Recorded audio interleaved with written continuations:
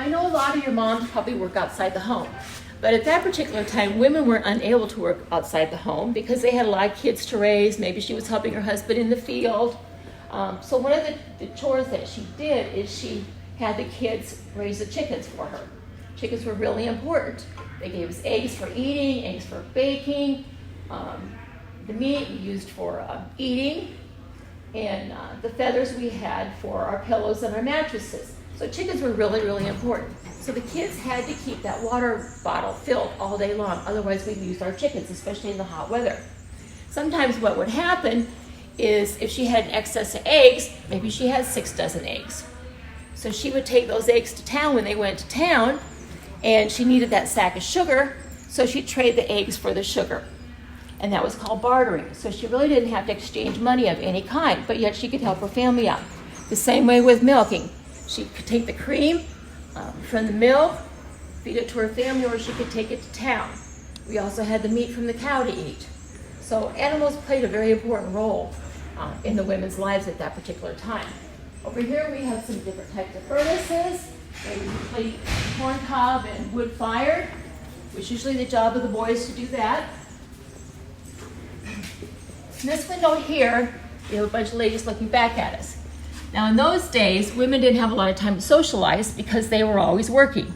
But when they did get together, they had what was called a quilting bee. They would bring in lots of old clothes, some rags, anything that they could no longer use, and they'd cut them apart into pretty shapes. They would sew them back together and they would make a quilt.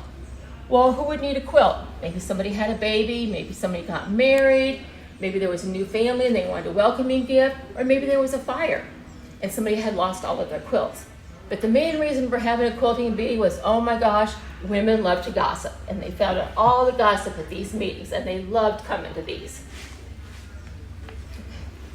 Over here we have another type of stove. Waffles. We can make waffles. We could also make pancakes. Okay, over here, in the back here we have what's called an ice box. And sometimes if we needed to keep things cold, we would put the eggs in the bucket and put them down into the well, because it was always cold towards the water, but never in the water. It also kept our milk cold that way.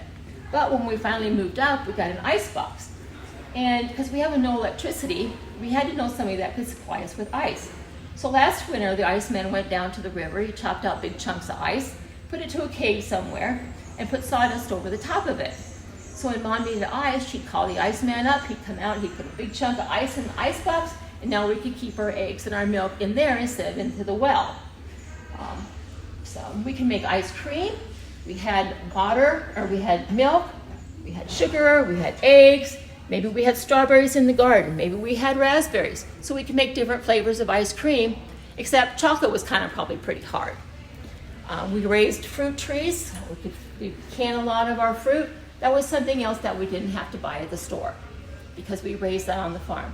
They were pretty self-sufficient at that particular time.